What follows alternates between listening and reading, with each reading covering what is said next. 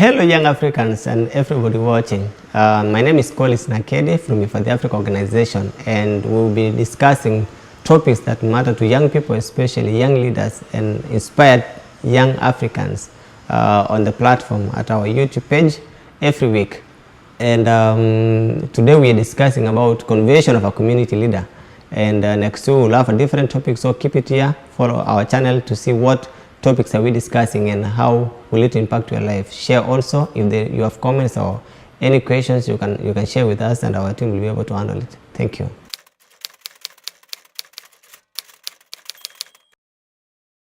Yeah, IFAD is an organization started in 2013 between me and a couple of my friends. It's an NGO in Kenya, and we're trying to work with communities, especially underprivileged communities in Kenya, to support them and empower them to a level where they're able to stand on their own and progress.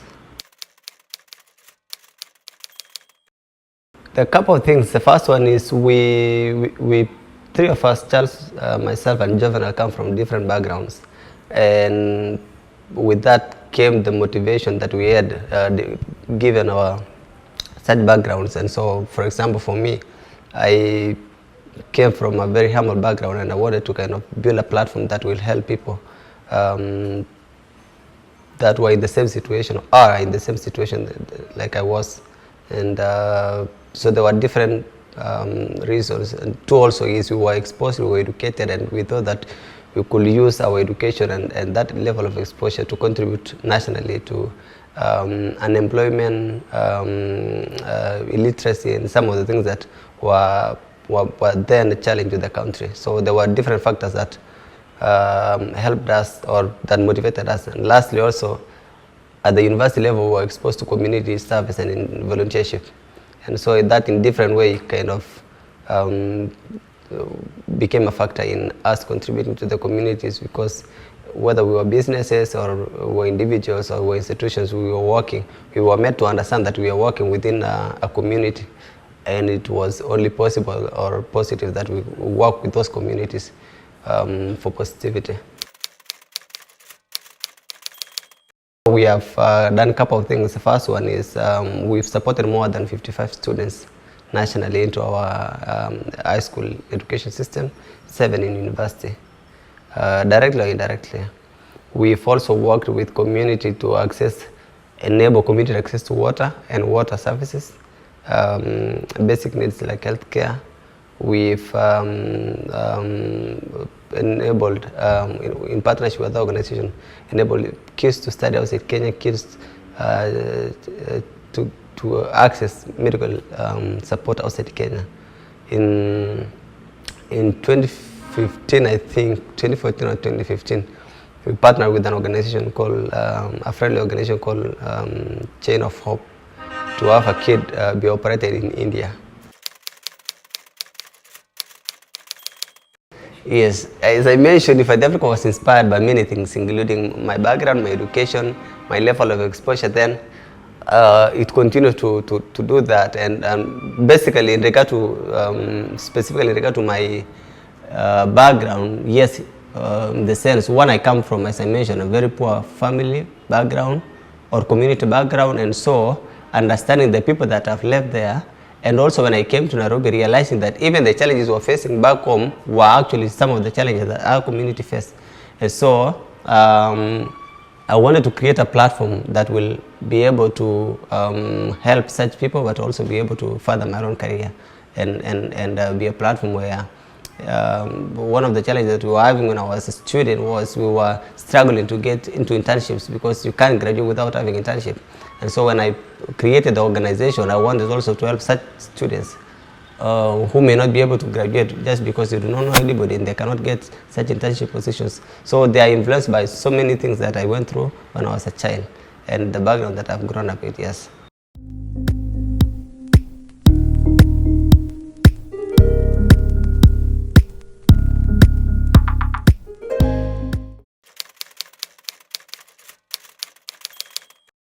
Well, leadership is the ability for anyone to inspire, for anyone to create followership, for anyone to give direction, and for anyone to show direction to people. And community leader specifically is person who uses that talent, that inspiration, that ability to engage himself or herself in things that affect community. And so in my case, I am not an entrepreneur per se. I'm an entrepreneur probably, but I'm not a business person. I'm not a businessman, which means in everything I engage, I do not do it for my own benefit, I do it for the benefit of the community. And so that will be my definition of community leader, because every day I spend my time, my energy, my education, my thinking and everything about me to come up with solutions that positively transform the community that I'm in or the community that I came from. The reason I call myself a community leader is because of what I had already said, but also because I have a track record of awards and achievements that I've made. They say success have clues. And one of the achievements that I've had includes top 40 under 40 in the year 2015, which means top influential Kenyans under the age of 40.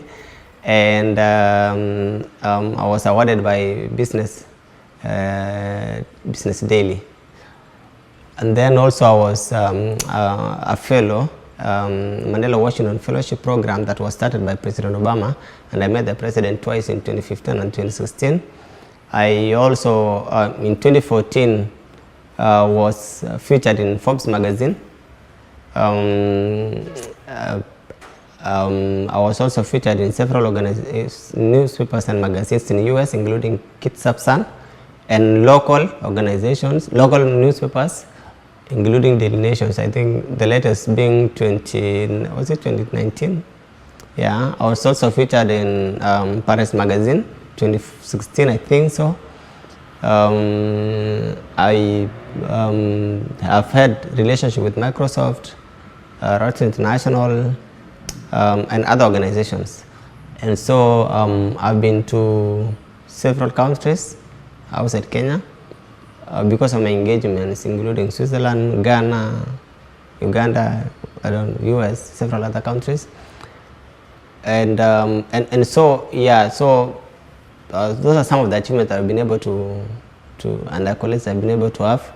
As I was also East Africa Regional Advisory Board member, chair for Mandela Washington Fellowship during that period, 2015. And one of the leaders in the youth leadership circles in Kenya.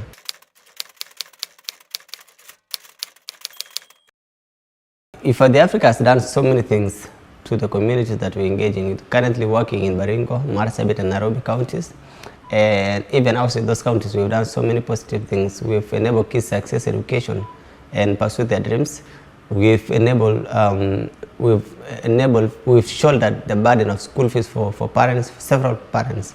We've worked with opinion leaders and community leaders to enable community awareness on key things, especially cultural things and access to basic information in those counties. And I think we continue to do that. And nationally, we've contributed towards employment to a certain level. We continue to do that. We have also continued to advocate among leaders on key challenges affecting pastoral communities or slum dwellers, or as we extend our work towards Uganda, that we're looking forward to work also to create advocacy around refugee and situations in the camps in Uganda. And so I think it's a process that will continue to be realized even as we move forward as an organization.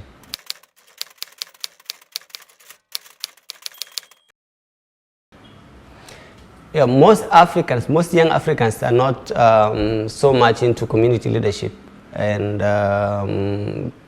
for many reasons. But that's the very reason that we want to change it, because one, Africa as a whole we're not so known in terms of volunteership and doing charity work.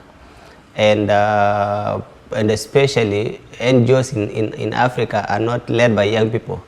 NGOs in Africa are organizations that are of 100 years, organizations that are led by retirees, organizations that are led by people who have money, organizations that are led by people who have experience, and when we were starting, we didn't have that.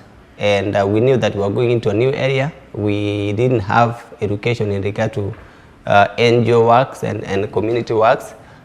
But we realized that there was a gap in that, and we wanted to change that. And so one of the reasons that happens is, and I think it's a mistake on our part as young Africans, is we have our priorities outside community work. And we feel that we do not belong to a community, and that's why you often hear we are giving back to our community. When you belong to that community, you don't give back to a community that you belong to. And so I think one of the things that we're doing is we're doing this, and we pursue to do this to sensitize young Africans on charity work, on volunteership, on community referrals, and engaging community and proving that you can build a career while doing that. Not necessarily doing something outside that and then you're contributing to your community. We're really proud of our achievements. One is we've been able to build a small family that we are happy about. I'm very, very happy with. Pure relationship that I couldn't have before. We've also been able to transform lives and see families realizing their dreams. We have also been able to expose to other parts of Kenya, the cultures, the geography, the travel, the fun, and I think this is something that we'll continue to do, and that's why we built an organization, because we wanted to have a platform that will outlive us and be 100 years to come, and keep doing what we're currently doing, or what we dreamt as the founders of the organization. In terms of moving forward, we are looking forward to empowering the organization to be able to even reach more people and even expand outside the 3 counties that we're currently operating in, and also extend to Uganda. That's why we are very passionate in supporting refugee students or children within the refugee camps to access education as normal host communities. And so moving forward, we have plans to further the operations of the NGO, and also to continue to be leaders in terms of nationally and continentally, in terms of young Africans pursuing careers within the community frameworks or within the humanitarian sector, and seeking to also advocate among Kenyans and among Africans towards charity work, towards volunteership, and towards community leadership.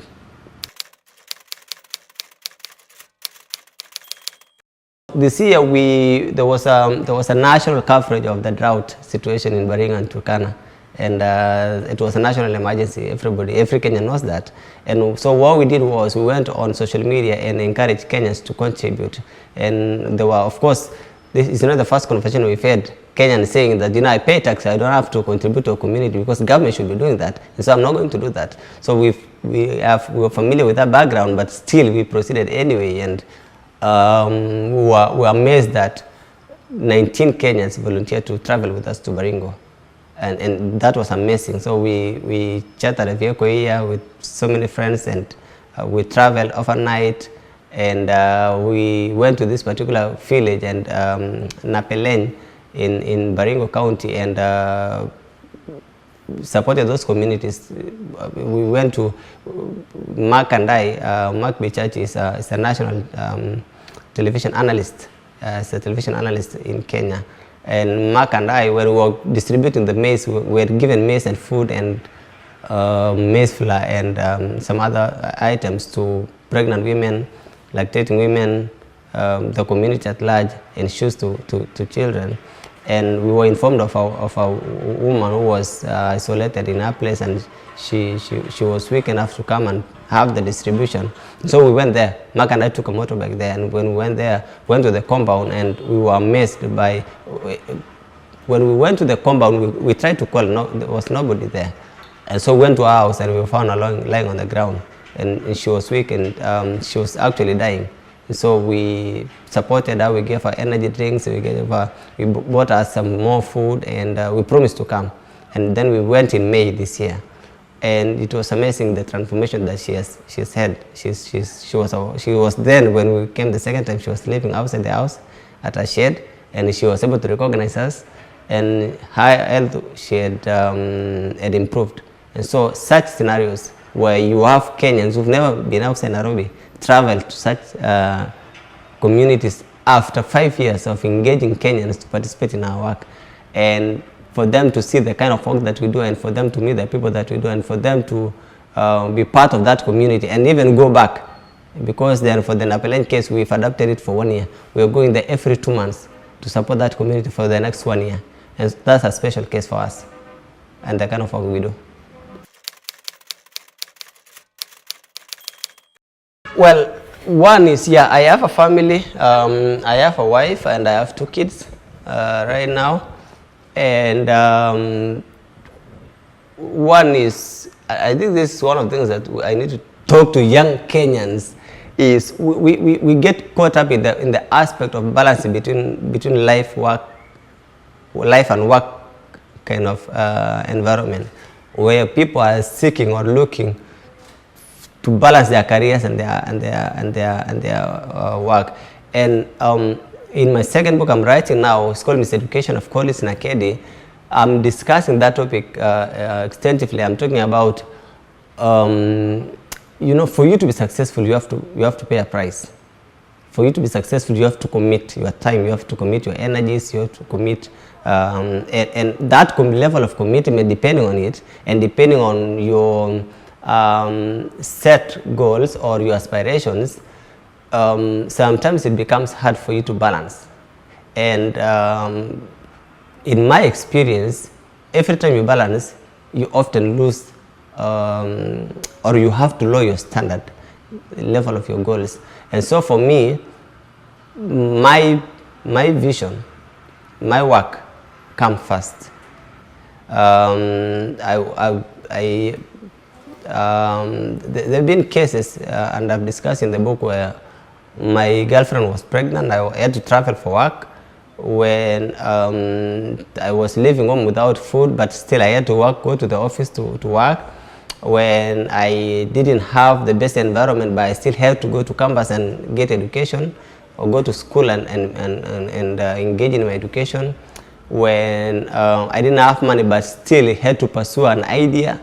And so these are some of the things that sometimes when you're caught up in this scenario of trying to be the best that you can be, then you have to sacrifice something. And I've sacrificed a lot, including being able not to pursue my career after university, but starting an NGO that doesn't pay me.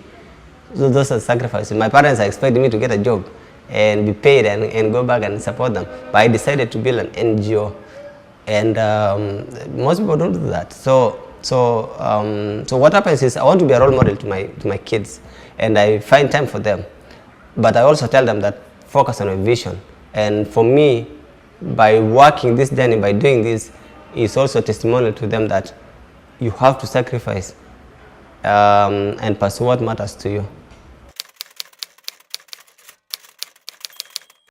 I wouldn't exchange my community leadership or community work or humanitarian work for business or for money-making venture, because one, I'm not motivated by money as most people.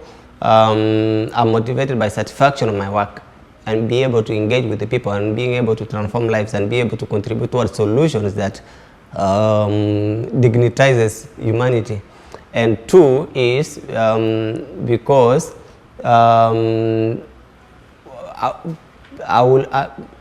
this is my platform, this is my organization. When you have your own platform, you build your own organization, it has more satisfaction than working for somebody. Everything you see in the office or us doing, they are our own creation, because these are our own thoughts. We've invested in our thinking and everything. And so when you go work for Safaricom, for example, you work within a system that has been created for you. Here you experiment and you know, do whatever you want to. So I won't exchange that for anything. Yeah, we've faced so many challenges. I think we have equally had our challenges. One, we were a young organization when we were starting. We didn't have the resources, we didn't have the exposure, we didn't even know which other NGO existed there, or any other support that you can get. So we started with what we had. And what we had was the education we had, the friendship that we had, the energy that we had as young people, and our understanding of what community service then was. So some of the challenges we faced was that level of exposure which we didn't have, to be able to reach out to friends, to be able to reach out even to these communities. And also when we were going to these communities, there was mistrust between NGOs and the communities because of historical relationship that was there. And so it took us long to build and amend those relationships and prove that we were part of the community rather than we are outsiders coming to help. Also, when we were being registered, Kenya then was going through a transition politically because there was the ICC case. And our first president and the president had been inducted at the ICC, or had been, there were cases around there. And though we didn't understood really what happened, but it became so hard for activists and NGOs in Kenya to fundraise and freely operate in the country. And so most organizations left the country, especially international organizations, to fundraise outside Kenya. But then local NGOs, most of native NGOs died because they didn't have that financial ability to exit the country to do that. And so it became a challenge for a young organization like us trying to survive. But we managed to pull out of that. And even now, in terms of the contribution and support we're getting locally, it's really minimal. So which is tough for a local organization to seek to get support outside the environment that you know. Then also lastly, as an organization, we struggle to, because we don't have the resources to get talents that we need. Sometimes it becomes a challenge. We work with volunteers.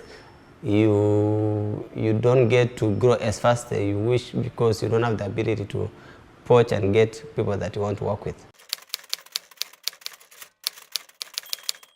What I will just say is there are a lot of confusing things that, and you need to read my second book, by the way, that we get caught up in. One is our cultures and environment and the background that we've come from. That there are a lot of things that we've been told and we've socialized with to the extent that we think those are the truth or the gospel truth, as they say. And only to realize that when you're out there, actually those things doesn't matter, or even matter less. And so it is important for young Africans to know what really matters and prioritize those things that matters. We get confused in that and we lose so much time, or we don't even get at all to do anything. Number two is, it's important for young Africans and especially community leaders also to realize that we are within the community, we are part of the community that we're talking about, regardless of what you're doing. And often we behave as if now that we've gone to Nairobi, we are here and they're here. Okay? And so we just engage with them occasionally or during this period, and that's not the case. Regardless of where you are, you still belong to the community that you are. And we need to change our thinking in regard to that aspect of community work and our engagement with the community. And even in businesses, we've seen people who come with solutions that touches on people and touches on community are the most successful. You come with a solution and you make money out of it. You are able to transform several lives and you're able to be successful at it. And then lastly, I think we are also, we need to redefine what success is in Africa and what leadership is. Because to some people, as I mentioned in my book, success is you having a white Pro box and living in 2-bedroom and you think that you've reached, or you having, for example, 2 million in account and you think that you have money. And to other people, that's not the case. For us, we've been able to build, more than 44 million NGO for the last period that we've been in existence. And yet we haven't even started, or we haven't even felt like we as normal as yesterday. And so the more you set your goals higher, you set your aspirations higher, the more you give yourself room to improve. And you don't get caught up in the arrogance and ignorance that go around among my generation. And I think lastly is to encourage Africans to share to mentor. We don't have a history of referral. You see an opportunity, you don't fit in, then you just let it go instead of referring to your friend. We don't have that in Africa. You see a newspaper advertising for a job, you don't qualify, you don't remember about your brother to refer. We need to care about others and see whether we can share opportunities within our circles.